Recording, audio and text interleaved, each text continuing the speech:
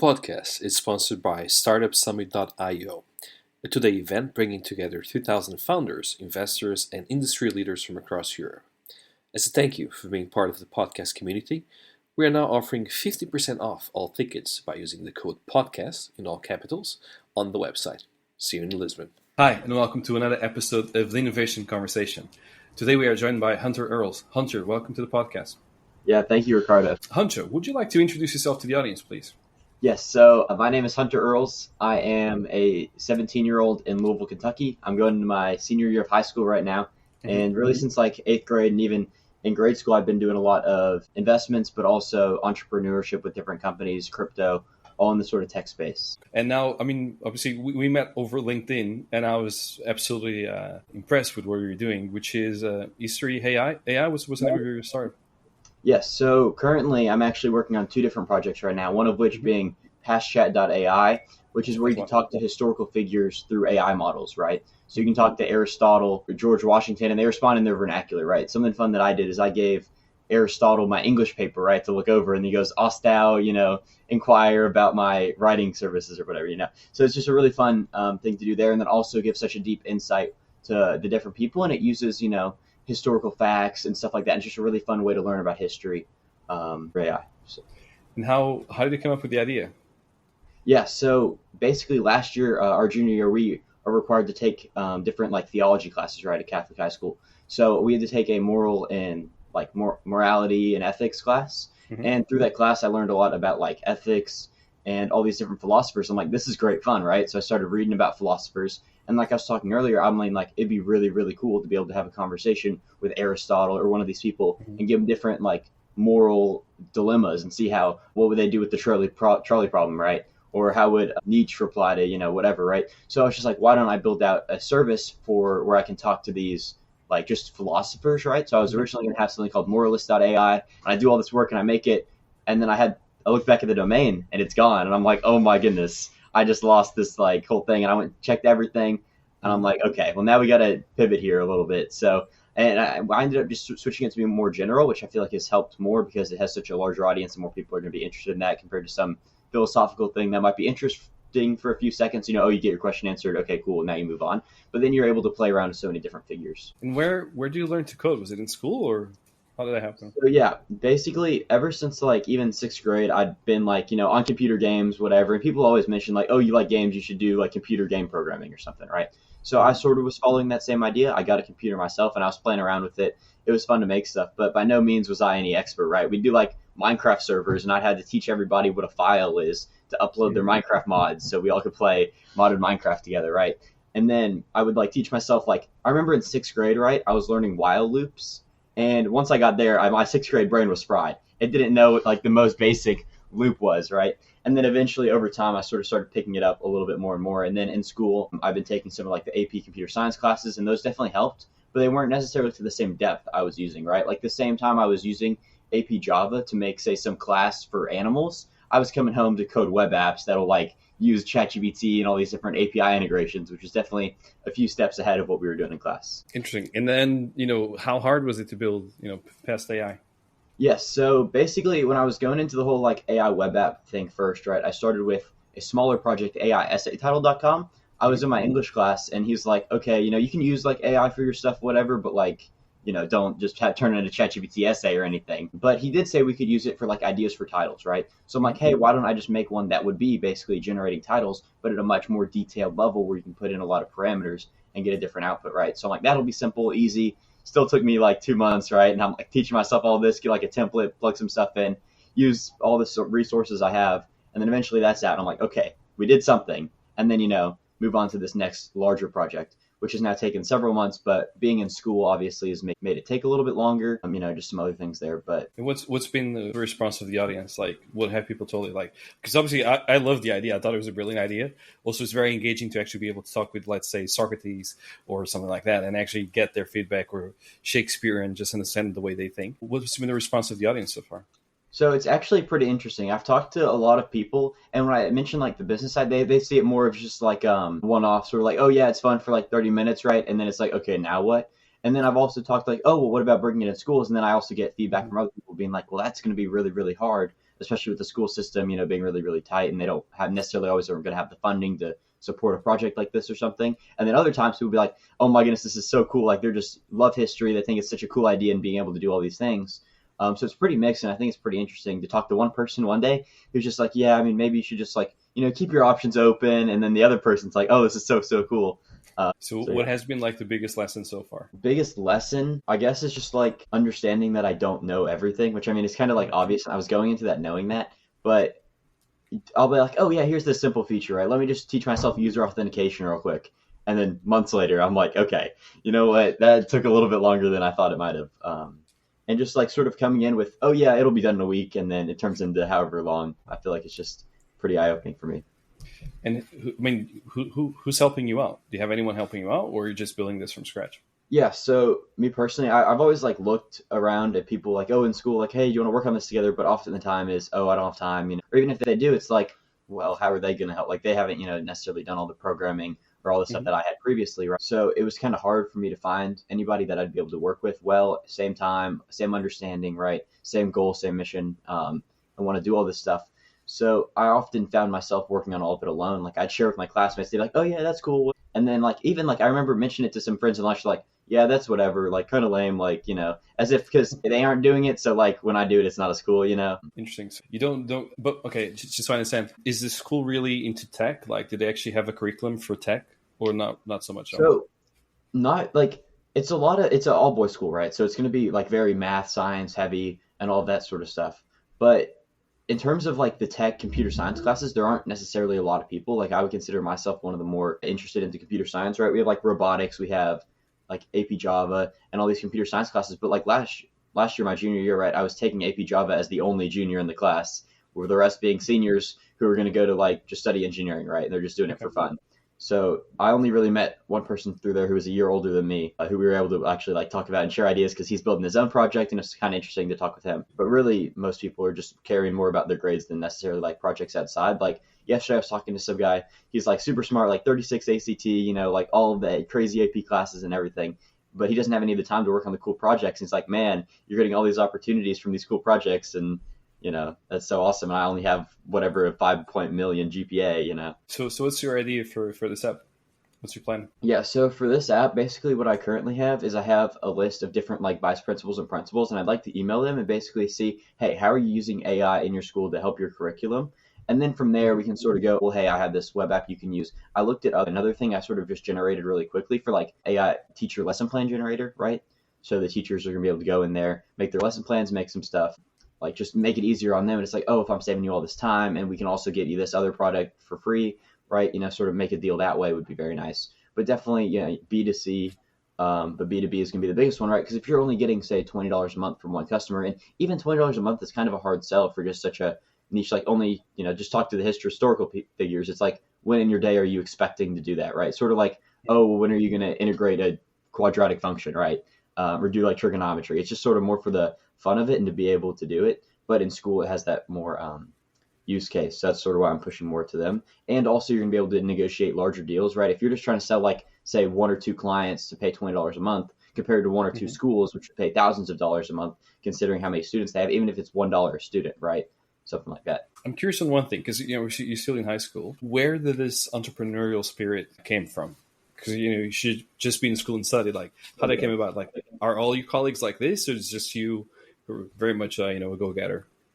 Yeah, so I definitely have a lot of friends who are like in a similar space as me. Right, like I was Mm-hmm. talking in eighth grade, we were doing some crypto stuff. We had an investment like group basically with like crypto. So we'd like go up and pitch eighth grade like boardroom at the front of the board with like a presentation that we made the night before about crypto, blockchain, talking about all of that. And it was just sort of like an interesting experience to be able to be on that side, and then also to be able to do like crypto investing. And this is in like 2022, right? Bitcoin's not $100,000 then, right? Mm-hmm. It was doing its first like bull run. So right when we see it peak down from like 60,000, we start freaking out because we're in the eighth grade with all our money in crypto, right? But one day I actually made $1,000 trading, and I thought I was so cool. No, none of my parents cared, and I'm like, what? This is insane. And then of course the next day it's like, well, I'm an eighth grader trading crypto. What am I doing? So that didn't necessarily end the best there, but yeah. And then from then I just understood that in computer science, right, or like any sort of tech field, you can't just like do like the AP class and then just apply to take AP. Like just there's so much waiting that I'd have to do, and there's no reason I couldn't start now. And in Yep. terms of tech, I've always understood like if you want to be able to make a bajillion dollars, I end up using that phrase a little bit too much now, but you're going to have to sort of have your own business. And I sort of see with AI, the amount of necessary Mhm. employees going down and then the amount of like revenue sort of going up. So you're going to have maybe like 1,000 companies with 10 employees compared to 100 companies like 1,000. And Mhm. then if you just start one of those companies, right, there's so many like different ways you can poke it. And then you'd have like in terms of revenue per employee is going to be like say tenfold possibly. So why not? I like it's just going to be so much harder to be one of those employees. So if you can just be in the position where you're able to start something where that could be the case, I feel like that'd be a lot better. I'm curious on one thing because obviously you have the same opinions as someone who's been in the industry for decades. Where did you learn all this? Was it just in school, or like you spent a lot of time online? What's the story? Yeah, so I mean, I would say now, I was talking to somebody a few weeks ago, and it's just like the information has become so democratized with all the internet stuff. Mhm. Like, I've grown up my entire life watching YouTube videos and TikToks or whatever. I mean, I'm not really on any of the short form social medias, but I mean, I woke up today at like 8 and I just started watching YouTube for like 2 hours and then I fell back asleep, you know? So definitely, I've just like learned a lot through that. I've talked to people, and I feel like it's just sort of easy, I guess, in a sense, because it's like, oh, well, here I'm just gonna be on Snapchat my friends, and then I get a video of like Andrew Tate giving me his like new business plan or something, you know, and I'm like, oh, well, that's kind of interesting, or however you want to spin it there, but just to be able to get all this different information, even sometimes like unintentionally. Interesting. And then also myself, I'd read like starting in freshman year, right? I was coming in and I'm like, new high school student and everything. So I started reading like a lot of different books, and Mhm. basically it was like once every other week, right? And then now I'd read like say 40, and they all were nonfiction, right? They're completely like I guess the most geek books, like How to Win Friends and Influence People, Atomic Habits by like James Clear, all the really really like nonfiction, I guess more like Mhm. intellectual books. Like I was reading like philosophy, like Epictetus's Discourses and Fragments, right? So I feel like I've learned a lot of stuff from there, and then also writing out all the notes and really sort of studying a little bit on that. Oh, it's quite impressive. I mean, is it hard to find a community? Because you're still in high school. Is it hard to meet friends who actually are into the same type of stuff you are? It's actually quite easy with the internet and all that. I mean, it definitely is a million times easier going to be with the internet. Like, I could just join some Discord group where it's like Hustlers University or something, Mhm. um, like that. But I've also found that just if you go to people who are really, really smart, right, they're going to be really, really smart and be able to have like a lot of interesting ideas. And again, watching another video, right, I feel like I do this a lot now on YouTube. And it was basically just showing like the importance of how much businesses value IQ, and to be able to see that in some of the people I was hanging out with was really Mhm. really really interesting, and how they can just like look at a problem and intuitively understand what the best step is. I mean, even yesterday I was hanging out doing some synthetic biology team through the University of Louisville, right? All the people there, like, they think, oh, I'm all cool stuff because I have whatever projects, and they're like, what? You get to go to the like right Portugal for the startup summit? And I'm like, yeah, but they're also like taking calculus BC like last year, right? And I'm like, I don't even know how to do that next year, right? So, So where do you see yourself? This is actually going to be a lot of fun in 5 years. But where do you see yourself in 5 years? right, ideally, like my next step here, right, just immediately is going to be going to college after high school, Mhm. and my biggest thing there is just not having debt, because, like I was saying, if I want to be able to have some sort of software thing like that, and then I graduate with $200,000 in debt, it's like, oh well, now I'm forced into whatever job, and that's completely fine. But if, like I was saying earlier, I'm not going to be able to find a job in software engineering, not necessarily going to be the case, but I'm not going to say it's a 0% chance, right? Yeah. And I'm $200,000 in debt, then what, right? So my biggest thing is going to get some sort of school that'll be good. I was looking at University of Alabama, for instance, pretty cheap, a lot of great opportunities there. So I'll probably look somewhere like that, get something cheap, be able to pay for it completely almost by the time I'm out, so that way I'm not stuck with whatever debt, being able to build a software product. But honestly, I'd love to do something like that in college, if Mhm. at all possible. Well, the AI field is quite busy right now, so people are getting crazy salaries the So moment yeah, they like start doing stuff OpenAI, with AI. $100 million signing bonuses. Yeah. Yeah, LinkedIn exactly. Reels, it's not necessarily the best for me, but I keep hearing about the $1 billion deals.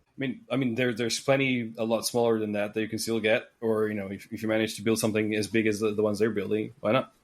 It's not accessible. It's just a matter of doing it. I'd like to think that. Like, I feel like I always say, I hope so, when people are like, oh, you're going to be rich. And I'm like, yeah, well, I hope so. There's so many variables. You're quite young, so the thing is, it's all about the attitude. The better attitude you have, the higher the likelihood of that happening. And Mm. I don't know. I mean, what do you want to build in the future? Like, what's your next company is going to be about? Do you have any ideas about it? See, like, I was talking to this other guy. All right, I've for the past like months since I've started posting on LinkedIn, getting a little bit more outreach. I've gotten a lot of people reaching out to me, or also just more willing to meet. Right. So I was talking to this one guy a few weeks ago now, and he was just like, "I can tell you're an ideas guy, right? And Hmm. just give a little bit, and you're going to be getting a lot of ideas, and then go just test stuff out, build, and get feedback on that." I mean, I'm actually working on a new project with one of my friends, 36 ACT, right, for tutoring and like SAT, ACT studying.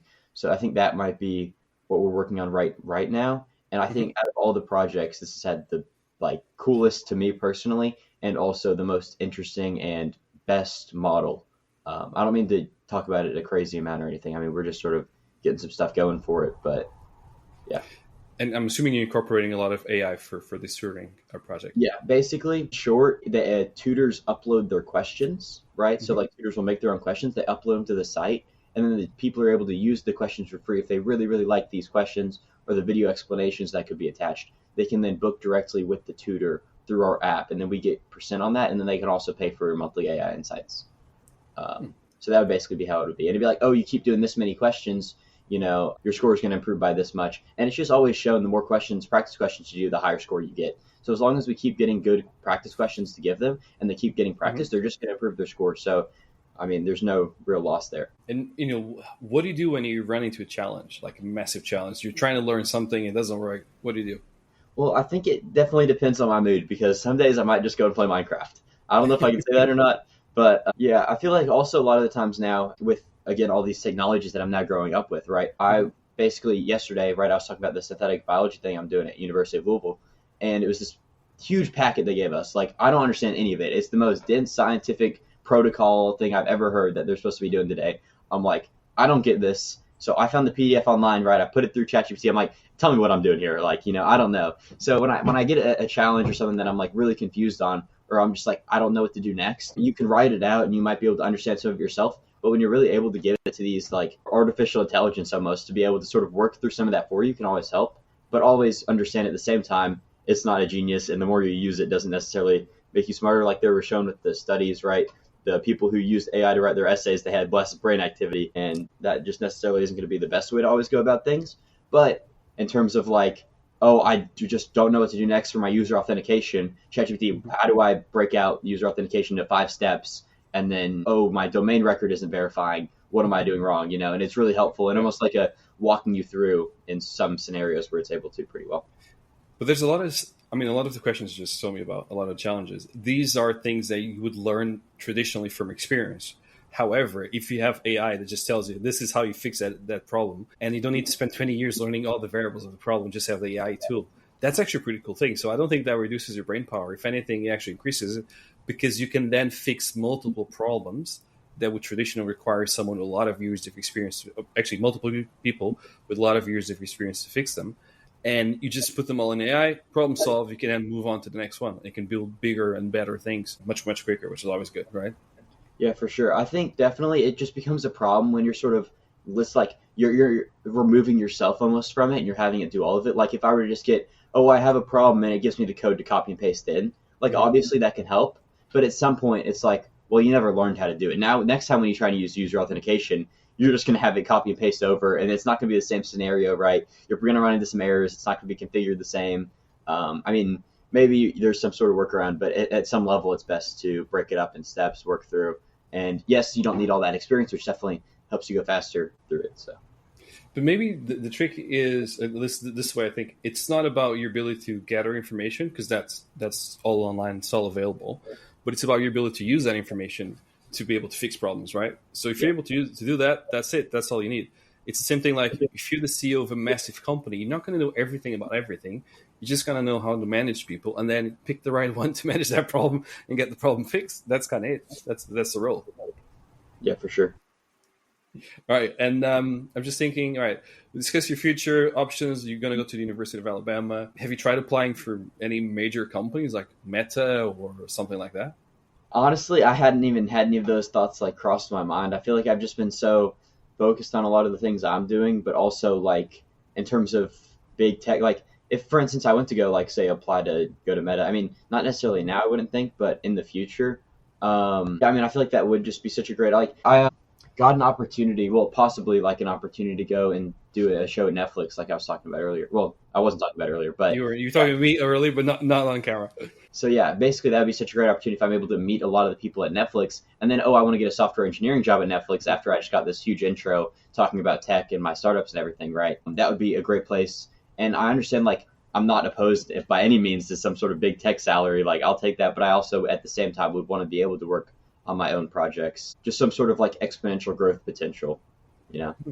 Makes sense. That makes sense. Hunter, I always ask the same question, but this might be a bit weird because you're technically underage. But if people want to reach out to you, find out more about Hashtag.ai and the stuff you're doing, what's the best way of doing so? You have LinkedIn, so I'm assuming it's going to be LinkedIn. Yeah, so I would say LinkedIn. I'm by no means the best at emails or anything under that umbrella. Yeah, I feel like LinkedIn's a great place. Reach out, connect. Love to talk more. Sounds good. Hunter, thank you so much for your time. I'm very much looking forward to interviewing you again in 5 years' time. Yeah, thank you. All right, thank you. All right, bye. The podcast is sponsored by startupsummit.io, a two-day event bringing together 2,000 founders, investors, and industry leaders from across Europe. As a thank you for being part of the podcast community, we are now offering 50% off all tickets by using the code PODCAST in all capitals on the website. See you in Lisbon.